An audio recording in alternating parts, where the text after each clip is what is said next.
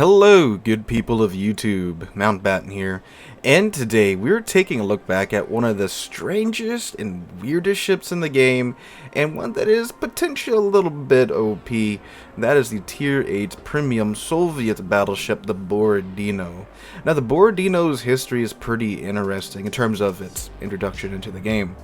So the Borodino was announced all the way back in October of 2019 when we first got a look at the upcoming Soviet battleship tech line. And back then she had the gimmicks of the Soviet battleship tech line with the 15-kilometer radar that could only detect battleships and aircraft carriers. And of course that gimmick was tossed aside when the tech line came out, but the Borodino still got released with radar. It's just a normal radar though, 12-kilometer Soviet radar, and we'll talk more about that in a minute. Now, being introduced, well, not introduced, but announced back in October 2019, you would expect the Borodino to be released with the release of the Soviet tech line battleships. But she wasn't. Borodino came out in July of this year, so she's really not that old, only around 6 months when this video should go up. Yet, you don't see this ship in game at all. And I play mostly from Tier 8 up, and I can count on one hand the amount of times I've seen Borodino in the past 6 months. And if you exclude the times I played her to review her and the footage for this video, it's twice. This is not a popular ship for not really a good reason, and we'll get into that right here, right now. We'll go over her stats and stuff and her characteristics and talk about how she performs in the game today. Again, it's still a relatively new ship, but a ship that certainly, if you have her, deserves to be played a lot more because there's a lot to like here with the Borodino. Like I said, in some cases, she's almost overpowered, but we'll talk about why I don't think she is right now.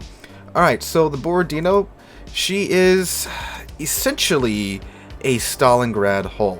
There are a couple of differences here and there between this ship and the Stalingrad, but not really big enough to make a massive difference on how the armor performs. Overall, you could safely say this ship has Stalingrad armor. So good bow armor from the front. Well, for Stalingrad, it's good bow armor from the front because it is a battleship. I'm sorry, a battle cruiser.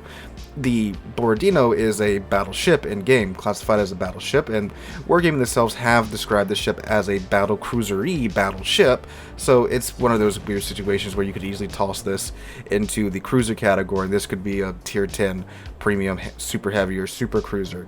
But anyway, the bow armor, it's 25mm upper bow, just like the Stalingrad, and you have a 50mm icebreaker bow, just like the Stalingrad. You do have one of the major differences, a 100mm cheek plate just forward of the #1 barbette, and just like Stalingrad, her citadel is exposed from the side, so you do not want to show your side to enemy ships at all for fear of, well, losing your entire ship. And that's a similar playstyle to a lot of Soviet heavy cruisers and of course the Soviet battleships. If you get caught broadside on in a Soviet battleship, you're either one, going to eat a lot of chunking damage, or two, if the ship has big enough guns or they're close enough, you will probably get citadeled.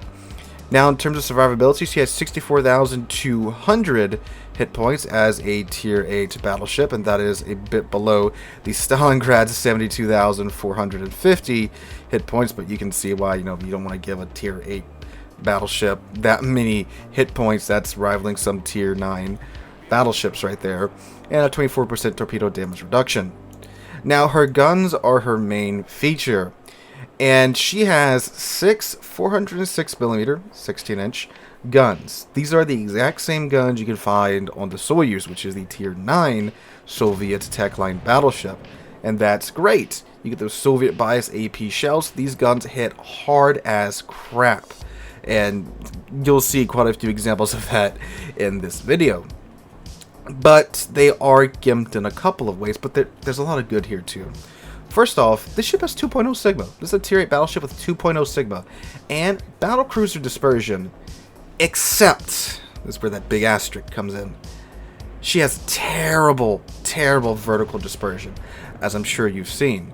So, vertical dispersion, of course, that's dispersion up and down. In this video, you see that the shells are normally grouped together very close when it comes to the horizontal dispersion, but they fly above and below the enemy ship. Now, in most cases, for most battleships that have a large number of guns, that's not too much of a problem because you're throwing a lot of shells at the wall. But with the Borodino, you're only throwing 6 shells at the wall, and you can only throw these 6 shells at the wall every 31 seconds. That's right, this is a 6-gun Tier 8 battleship with a 31-second reload time. Yeah, so couple that with the terrible vertical dispersion, and you can see how that kind of keeps the Borodino in check.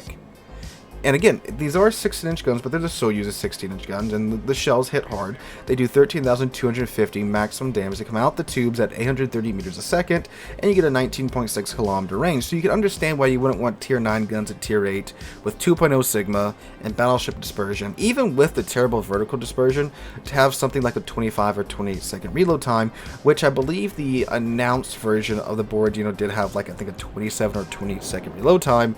That would have been nutty if we would have seen that thing come to life here. And you might notice too that these 2 turrets are in front of the superstructure, and you do see some turrets on the back, and you might think, oh, those guns look very small for 16-inch guns. Well, don't worry, those aren't 16-inch guns. Those are her 4 secondary guns. Yeah, you heard me right. It only has 4 secondary guns. It has 4 180mm guns. These are the same guns you can find on the Nevsky, the Tier 10 Soviet cruiser. And yes, that is it for its secondaries. No, you can't build into them. Well, you can build into them, but they're absolutely worthless. The accuracy is terrible. It's normal secondary accuracy. You could have had an absolute meme-tacular ship here with those secondaries, but no, so they're not even worth talking about all that much. So with those guns being mounted in front of the superstructure, it's pretty clear how you play this ship. And truth be told, you play a lot like Stalingrad just from the main battery layout, and of course it's Stalingrad's hull. So of course you find an island, park next to it, point your bow toward the enemy ships, and let your guns go to work. Now, of course, with Stalingrad being a cruiser, having a 25mm bow isn't that big of a deal. That's still a really tanky ship for a tier 10 premium super cruiser because of the bow armor. Well, mainly the icebreaker bow armor, the amount of hit points that the Stalingrad has, and of course, you can angle the Stalingrad's armor and have a really tanky cruiser. When you translate that over to a battleship, it goes from being a darn good tanky ship to an okay-ish tanky ship. But if you know how to park the ship and angle the armor, you can really push how long this ship can tank for. And the video you're watching in the background right now, this match, is certainly a good demonstration of how far you can really push a Borodino in terms of its tankiness. So it's AA, it's got an A rating of 76. I find that the AA is okay in it, nothing great, nothing terrible. You don't get the DFAA like you can on the Stalingrad. She is pretty quick though with the speed flag equipped. You can't get the ship up to 33.2 knots, and you have a 15.4 second rudder shift time, and actually you have a massive turning circle of 1,060 meters, and that further leads, into the Soviet cruiser playstyle, or Soviet large ship playstyle, I should really say. Point bow toward the enemy ship, and when you do that, you're in. You cannot leave this position unless you reverse out, which normally isn't going to happen with Soviet ships because their concealment isn't that great, and that carries on here with the Borodino. With the module and commander skill equipped, I'm only down to a 13.7 kilometer concealment range, which truthfully isn't terrible for a Tier 8 battleship, but it's hardly sneaky. So ironically here with the Borodino, you probably have one of the easier ships to remove yourself from that situation.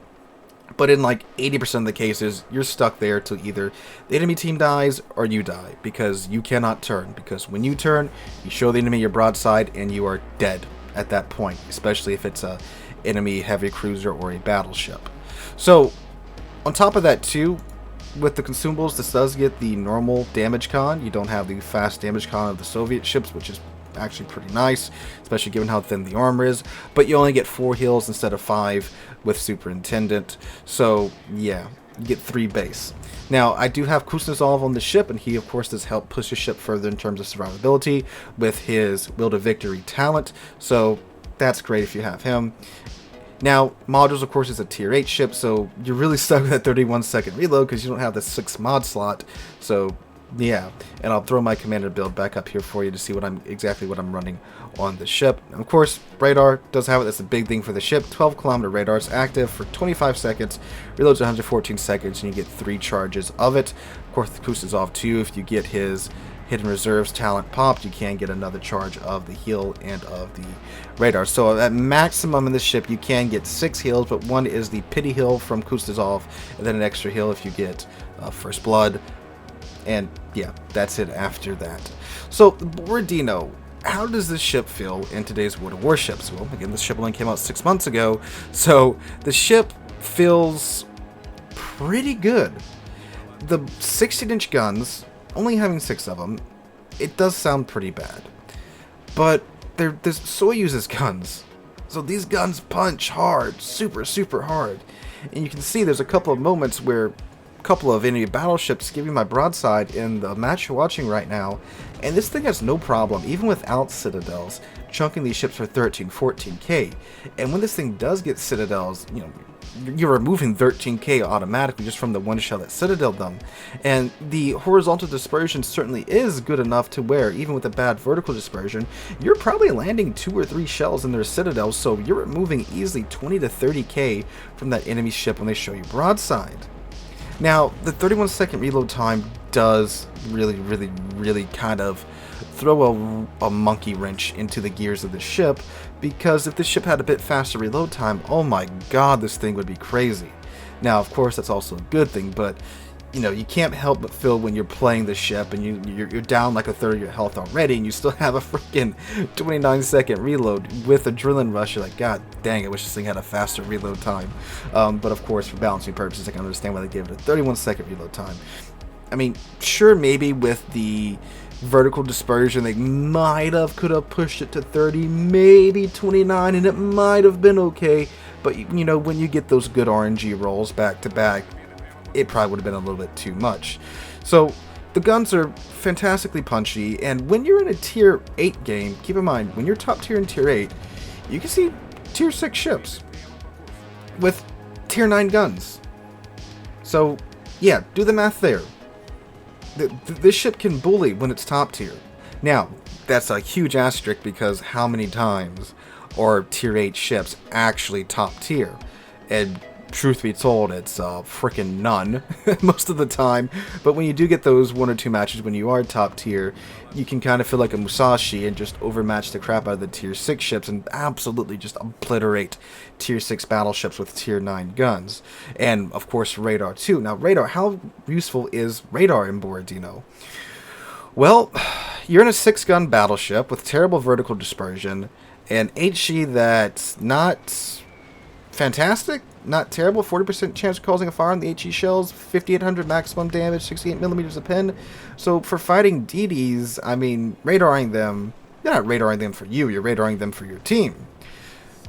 But, I mean, it is Soviet radar too, so you don't have that long duration radar like you do with the American radar. It's only 25 seconds base. Now, of course, you can build into this and extend this out a little bit more, but then, you know, you're gimping the skills you really need to keep this ship alive because of its 25mm bow and its limited number of damage cons. But if you wanted to, you could extend that out a little bit further. But it is certainly useful radar for a couple of things. First off, if you're parked up on an island like you should in this ship, there's a very good chance that an enemy DD might get a little brave and get on the other side of it, and they're just waiting for you to fire so they can charge you with torpedoes. If you think that's about to happen, like let's say you spotted, I don't know, a Shimakaze or something, and you haven't seen him in a minute, you can pop that, and for 12 kilometers around you, you will see whatever's there, and you can see if he's planning on sneaking up and torp rushing you. You can catch them like that. 2, it's great for catching cruisers in smoke. You might think, what idiot would park in smoke within 12 kilometers of a Borodino? Well, 1, you haven't played this game recently.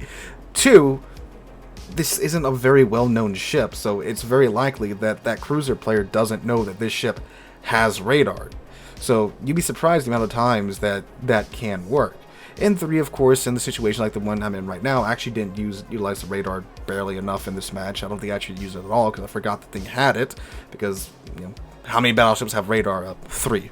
But anyway, where we have the team that's kind of camping behind the islands, you don't know, hey, is this cruiser going there? Is this cruiser going there? It's a great informational gathering tool, but I wouldn't say it's be as useful as to, you know, like a cruiser or something like that. Something a bit sneakier, they can get a bit closer and be more useful with the radar, but it certainly is pretty darn useful. So all in all, this ship today, oh, I almost forgot to mention this too. If you notice, the superstructure on this ship is very, very small and almost non-existent, which is really, really, really, really, really good. That means that there's a lot less superstructure there for the enemy cruisers to throw their HE at, and for the other enemy battleships to throw their AP at to chunk you. And from the front end, most of the superstructure is actually covered by your turrets, which the enemy's not going to pin. So the superstructure is another big advantage to help improve the survivability of the ship. And I'm saying this superstructure is going to take you for ages in terms of survivability. No, but it is a plus. Didn't want to forget that before I gave you guys my summary right now. So overall, the Borodino is a ship that I believe quite a few of you guys said you picked up in your Santa containers when we did the Santa container video after the event went live. It's a really darn good ship. You have to be careful with your placement. You definitely want to park next to an island, but not so close to the enemy team where you're going to get HE spam to death. You don't want to bow in too soon, and be very careful about your position selecting. You want to keep back, like you guys saw me do at the start of this video. I went not to the J line, but I went further back than I normally would in a normal battleship. And then when I knew where I wanted to go, I made sure I could get there safely without being detected, and then went in there. Now granted, the enemy craft Zeppelin did get a cheeky shot at me because I thought I had my rudder all the way over, but I didn't, and I almost beached. But that's generally what you want to do. You want to be very selectful about where you're going to be at, because you are going to be there until you die or the enemy dies, and you want to make sure you're in a darn good position. Another good position would have been the western edge of this island on hotspot. That's the name of this map. Volcano-y map now, because most of the enemy team will probably go up to that edge on their side of the island and try to either push around, and being wedged in right there, you're a very good deterrent because they have to push into you and your Soyuz guns, and you can constantly keep them radared if need be.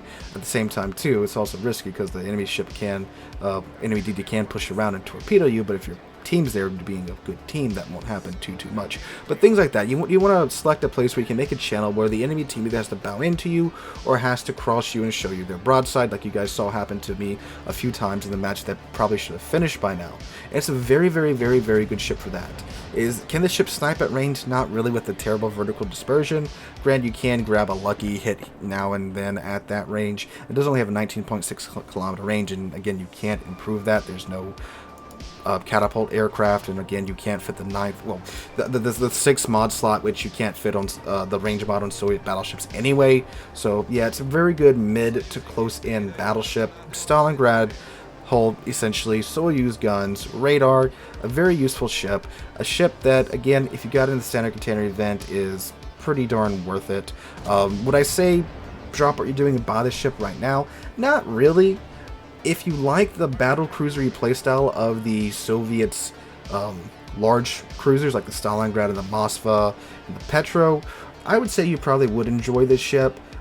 But if you are more of a fan of the very extremely tanky bow-in Soviet battleships, probably not, because this ship can't go insert itself into the middle of a mess like the Kremlin or even the Vladivostok, the Tier 8 Soviet tagline battleship can, and just live for an eternity. It's not that tanky. It's pretty darn tanky, but it's not quite that tanky.